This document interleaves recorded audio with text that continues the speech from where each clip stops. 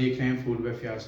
आज मैं बहुत मज़े की रेसिपी बनाने जा रहा हूँ जिसका नाम है चना चाट, जो बच्चों और बड़ों की फेवरेट है। चलिए स्टार्ट करते हैं। चना चाट बनाने के लिए हमें ज़रूरत है सफ़ेद चनों की।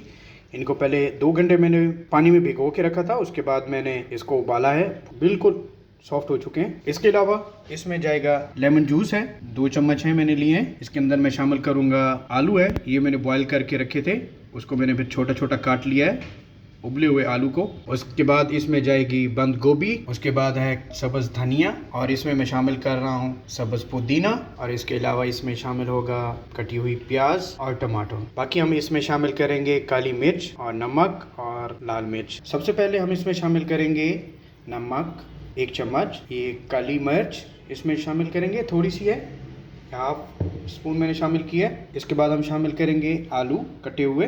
इसके बाद हम शामिल करेंगे जी प्याज, आप हस्बे जायका ज़्यादा या कम इस्तेमाल कर सकते हैं। इसके बाद हम शामिल करेंगे इसमें टमाटर, ये मैंने शामिल की है बंद गोभी कटी हुई। इसको ऐसा ऐसा मिक्स करते रहेंगे चम्मच की मदद से। और अब हम शामिल करेंगे ये सब्ज़ कटा हुआ धनिया है। इसके बाद हम शामिल करेंगे पुदीना, और सबसे आखिर में हम यहाँ पे शामिल करेंगे लेमन जूस, ये 2 चम्मच मैंने लेके रखा हुआ था। अब हम इसको मिक्स कर लेंगे, चम्मच की मदद से हम इसको मिक्स कर लेंगे। अल्हम्दुलिल्लाह जी, हमारी आज की रेसिपी चना चाट की तैयार हो चुकी है। ये देखें, बहुत ही मज़े की बनी है।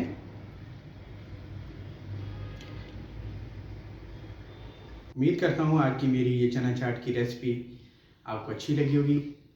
मज़ीद रेसिपीज़ के लिए मेरा चैनल सब्सक्राइब करें, फूड बाय फियाज। अपनी दुआओं में, मोहब्बतों में अपने भाई को याद रखिएगा।